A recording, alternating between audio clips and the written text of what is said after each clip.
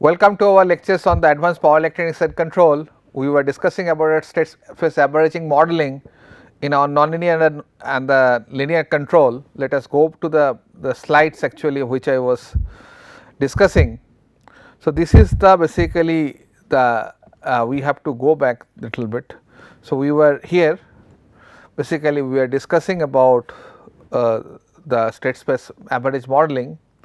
So, state space average modeling are decomposed in small SE perturbation denoted by delta and the steady state quantity that is represented by the upper class letter. So, let us come to this point. So, similarly we have discussed about actually x delta, this will have the derivations. Similarly, we will have a y delta, and thus there are the terms actually the A1 delta 1, A2 delta 2 and the average value x are the steady state value. So, it does not feature out in as a part of quantities. Similarly, B1 delta 1, B2 delta 2 and the u are also the DC values, and C1 delta 1, C2 delta 2 into x, this is also DC values, and this it is not there, that is different issue in our condition. Most of the cases the D matrix are 0, D1 delta 1 and D2 delta 2 into u are the other DC quantities. Thus, eliminate those DC quantity from it and you will have these overall equations, and thus the actually from this equation 3 and 4 you have to short it out the DC portion. So, you can rewrite, since that x dot should be equal to 0. So, it is a steady state condition. So, ultimately 0 equal to A1 delta 1 plus A2 delta 2 x plus B1 delta 1 plus B2 delta 2 into u, and y equal to similarly C1 delta 1 plus C2 delta 2 plus into x definitely plus D1 delta 1 plus D2 delta 2 into u.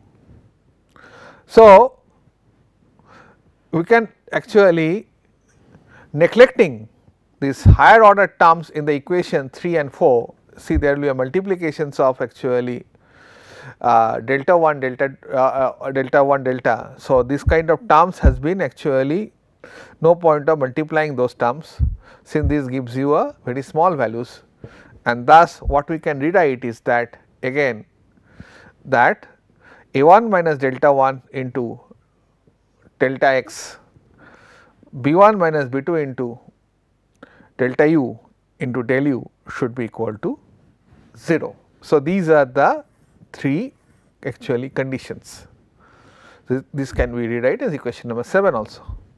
Thus, we can linearize with that help, and ultimately x delta can be actually substituted, those terms which can be equated to 0, ultimately A1 delta 1 plus eta delta 2 plus x A1 minus A2 x B1 minus D2 into u to delta and B1 into delta 1 plus B2 into delta 2 into u. So, there should not be any term without delta. So, all the DC value has been eliminated from the overall equation. Similarly, y delta will have these conditions, you can actually derive these equations.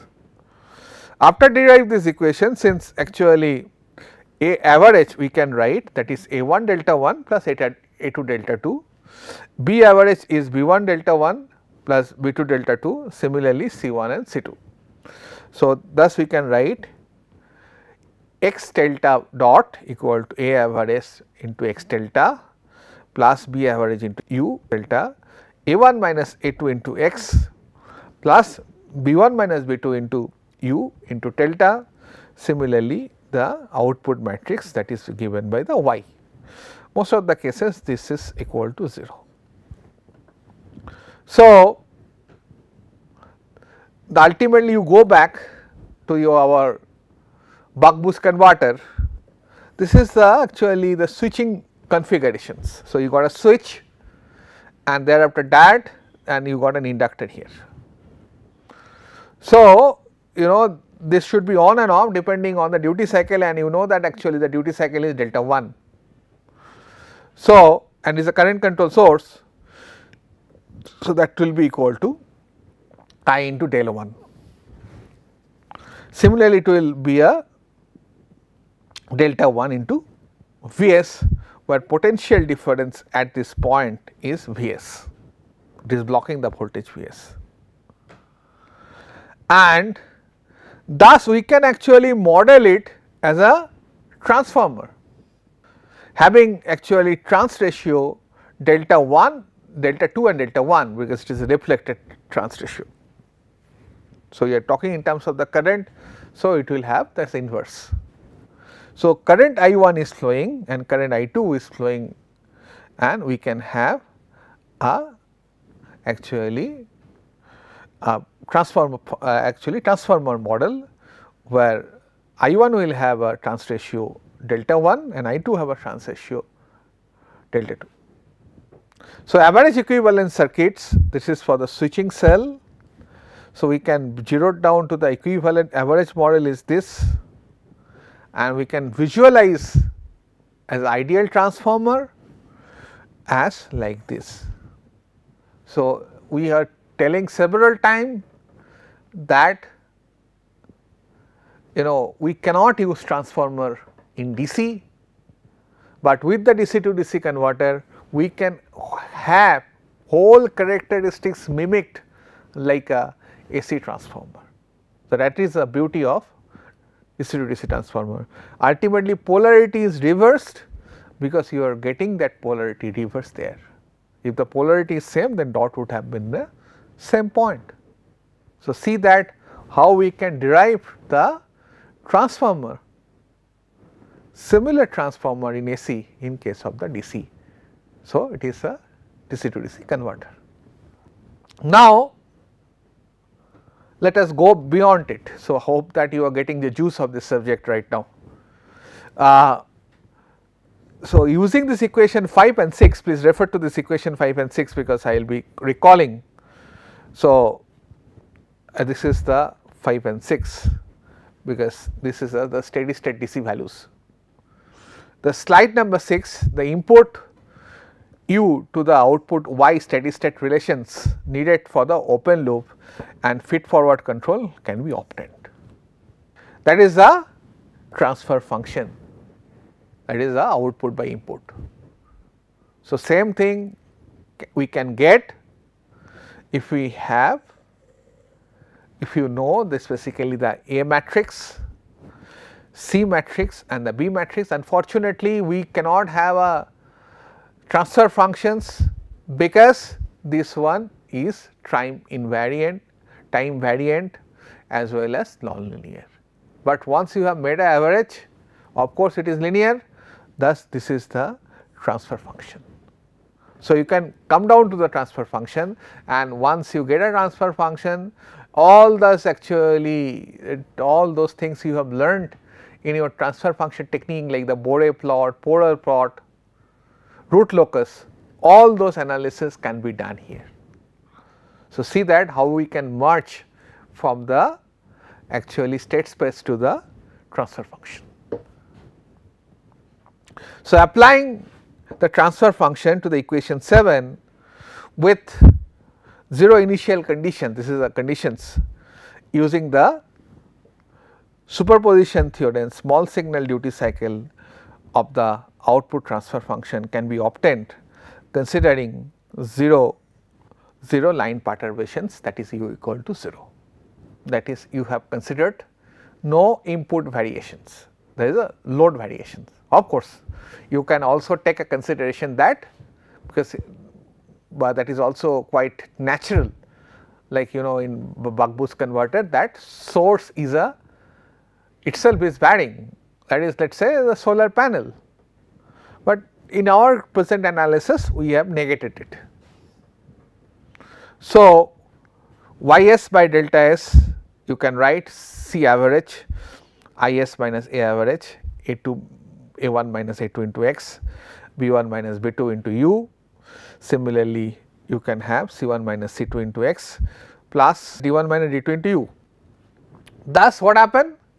The line to output transfer function or the audio, sometimes it is say it is comes out in the frequency domain in the audible susceptible limit, because we can hear the range of 20 kilohertz, and for this we sometimes say that it is audio susceptible limits, but nothing to do that much. So, we can take the switch for this. One of the reasons we take our try to take our switching frequency above 20 kilohertz, that we will be get rid of the noises, sound noises, but of course, you will increase the EMI EMC problem. The susceptibility of transfer function is delivered using the same method, and considering that delta tau actually delta equal to 0, that is variation of the duty cycle is 0, that is in a steady state only. So, you know that actually V 0 by V in is something d by 1 minus d, we have studied it for the actually this kind of converter, and this holds that when delta equal to 0. Thus, we are coming to the same thing from the state space analysis. Similarly, Ys by Us, that is essentially the perturbed quantities. So, you can write it actually C average Si minus A average by this one, generally this value is 0. Now, let us see buck boost converter transfer function. So, you have written this matrices previously. So, you can combine by these equations, also using this equation 7 derived previously, making X is basically the current through the inductor and the out or voltage across the capacitor as V 0, and essentially Y is, you can take it V 0 or as well as IL, and U equal to, of course, it is the input VDC, and linearize the small signal state space model of the buck boost converter. You can rewrite the substitution, and this is basically the A average, and this is basically the C average, and D matrix is telling it should be equal to 0, and thus you get these equations. You can substitute here.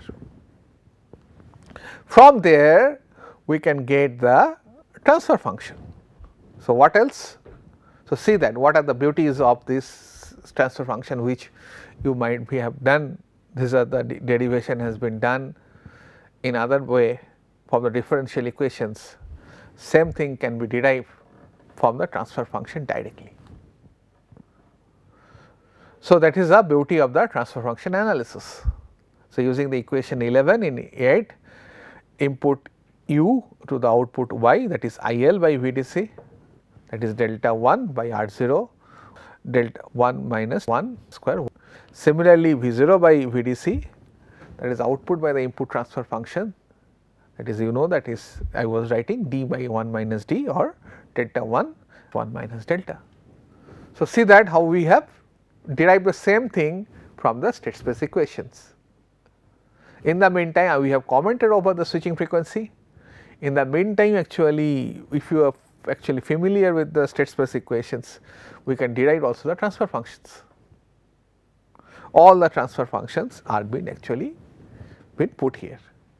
Similarly, the line to output transfer functions, where actually with the delta we will have basically this by this, and with V 0 by VDC will be this, and we may actually go for Bode plot, we may go for the polar plot and see that this is stable or not, and accordingly we will design the controller, and we have a different kind of controllers. We can start with the PI controller, there are PID controller, there are any other form of controller. The equation 9, the small signal duty cycle of delta 0 to the output y transfer functions are, that is basically you can rewrite it that in terms of the delta, and we shall try to find it out whether the system is stable with this delta, and whether this is basically the same way for the output voltage versus delta. So, these basically help us to choose a feedback, what you want to feed it back. There is a different actually transfer function, and so designer can choose either one of or two of it. This transfer functions enables the choice of the feedback loop design of the compensation network. We shall see just now. Now, what we want basically the system to be stable first, of course, and that is what we do in the applications of the classical linear feedback, which you have studied in your control system, to switching the power converters. So, we have, I was telling us, the Bode plot, root locus, polar plot, Nyquists are usually suitable method to assess the transfer function. Now, you got a transfer function and you have a MATLAB. So, it is very easy to analyze nowadays. The general rules to design the compensation, if you are familiar with this basically on the Bode plot domain, then only it is applied.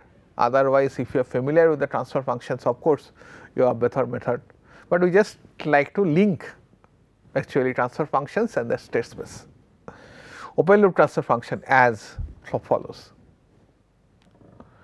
The low frequency gain should be high enough to minimize the output steady state error. That is the ideal op amp characteristics. Please recall the ideal op amp characteristics, we have this statement there.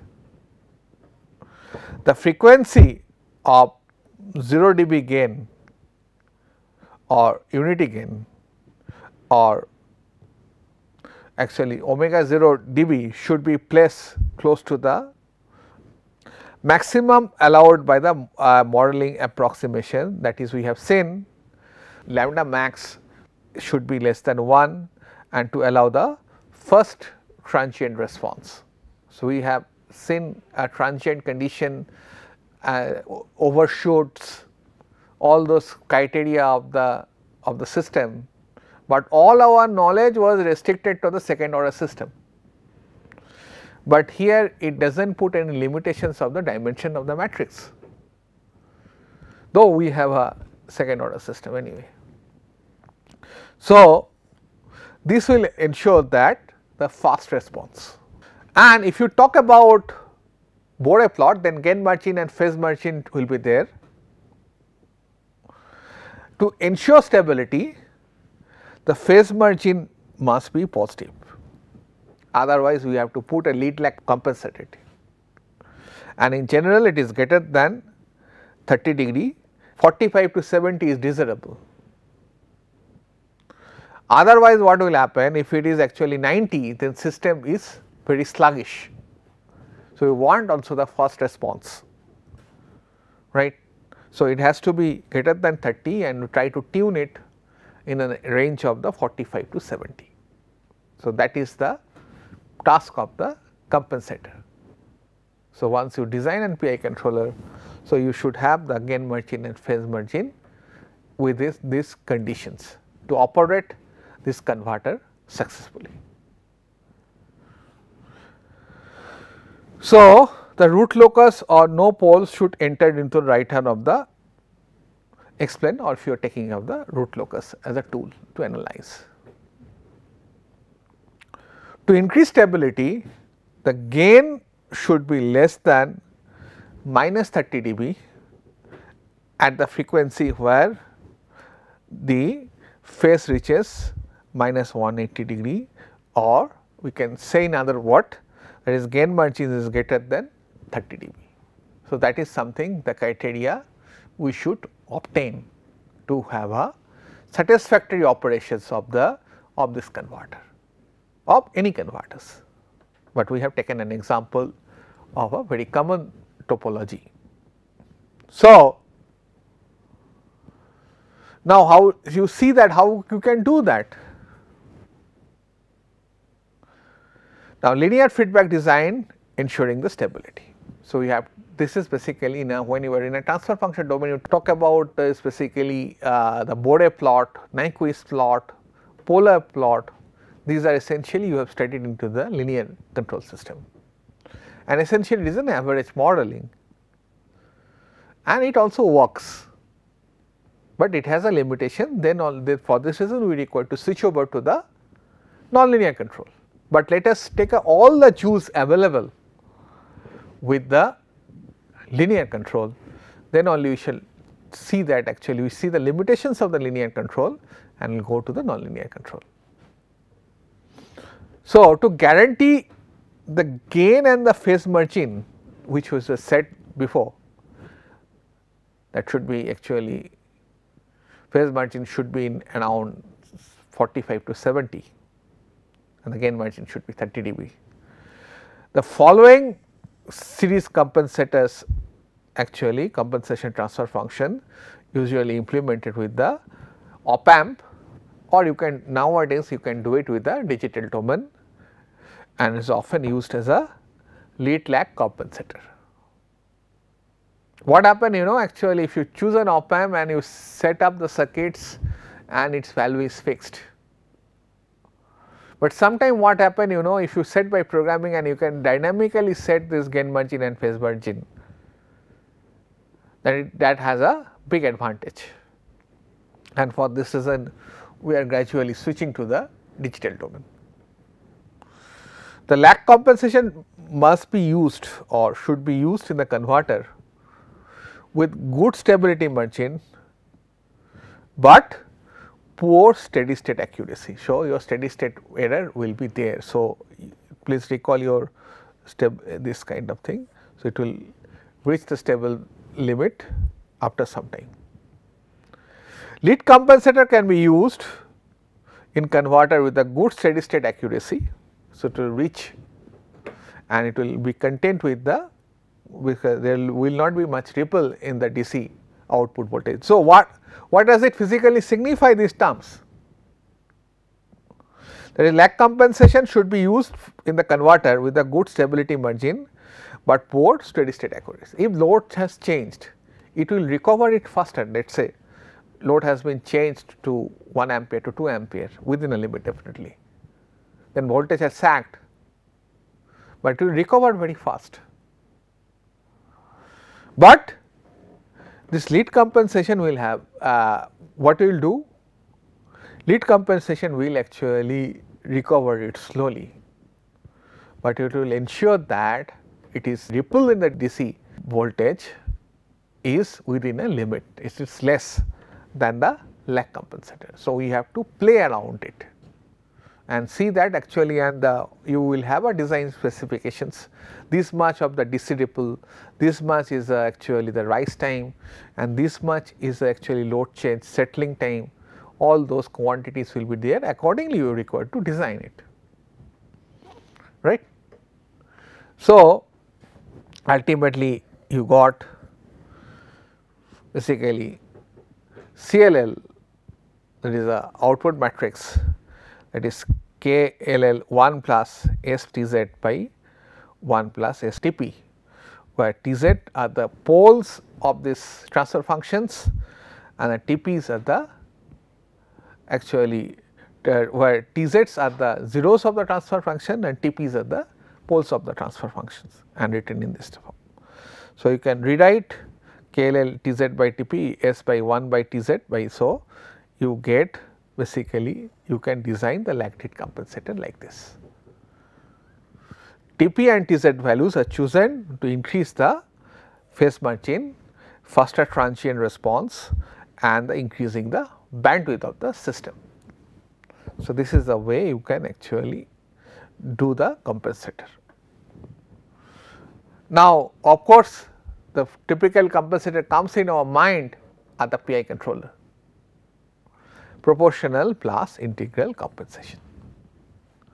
Proportional integral compensator are used to guarantee steady state error with acceptable rise time. The PI compensator are a particular case of lag lead compensator, therefore, suitable converter with good stability margin, but poor steady state accuracy can be achieved. So, this is the actually PI controller So, 1 plus S T Z by S T P. So, you can split it like that and you can rewrite as K P plus K I by K S, or you can write it this term. So, this is a simple PI controller and which you can easily design by an op amp. So, you can have a proportional controller. So, that is basically R1 and that is RF, and thereafter you will have a capacitor that will in a feedback path. So, their bandwidth and you have to have a realistic circuit, and this will give you basically the Ti. So, accordingly basically you can, this ratio can be rewrite as 1 by Tz. So, this ratio can be Tz and Kp is the gain of Rf plus Ri. So, this is a very simple way to design and this compensator can be used. Now, there is, we have discussed the limitations, and if you are working practically, ultimately we think that PI controller is the panacea that when offers you the solutions, but frankly speaking no, and tuning of the PI controller is quite tough job. And for this reason we have different controller also, proportional integrals plus high frequency pole compensation. So, what does it do? The integral plus 0 pole compensator combines the advantage of the PI controller with the Latlick compensation. It can be used in converter with good stability margin, but poor steady state accuracy, but steady state accuracy is given by the PI controller. So, these basically are the complementary of each other. The frequency of 1 by Tm and 1 by Tz's, and these are carefully required to be chosen, and the compensations, these will be given into the assignment. Please remember that compensation lowers the loop gain at a high frequency, while only slightly lowering the phase to the achieve the desired phase merging. So, this is the linear feedback design using basically PI controller plus pole placement method we say. So, it is CILD. So, basically what you have, it is the same, plus you have placed the pole. So, ultimately, so Tz by Ptm, so there will be a little modification, ultimately it will be a second order system, and this pole will ensure that actually with a good stability as well as low steady state error. Now, there is another nonlinear linear technique and which is used very frequently. These are the proportional integral plus derivative with the plus high frequency pole. One of the advantage of the derivative controller that it can predict the error, because it will actually work on the derivative of the error, and thus it can take the corrective actions while seeing that actually rate of change of error. So, thus it can act on the slope and correct that actually the correct it very faster, but there will be a steady state error, and that required to be eliminated by the PI controller. So, most of the switching power converters, two complex zeros are selected to have damping factor greater than the converter complex poles and slightly more than the oscillating frequency. So, you cover combinations of the L and C, then thus you get a natural frequency of oscillations. So, what we require to choose? That this actually the converter complex poles slightly smaller than the oscillating frequencies. The high frequency pole is placed to achieve the needed phase margin. So, it will ensure that the phase margin you require around 45 degree or something like that. The design is correct if the complex pole locus if you have multiple pole, then it is loci, is heading to the complex 0 in the system of the root locus and never enters into the right hand of the S plane. That is actually the optimal design, the very fast design, and it approaches the steady state, then smoothens out. So, it is just like a leap actually going at a very high speed, then stops jerkless. So, you can write, we have taken, so we have written actually CPID with the pole factor. So, ultimately you will have a quite big term raised square plus 2 zeta omega n, where omega 0 is a natural frequency of oscillation, and CPS into omega 0. So, you can calculate, and ultimately you will have this term as well as this term. This term is the PID, and this term is essentially is coming from the high frequency pole placement.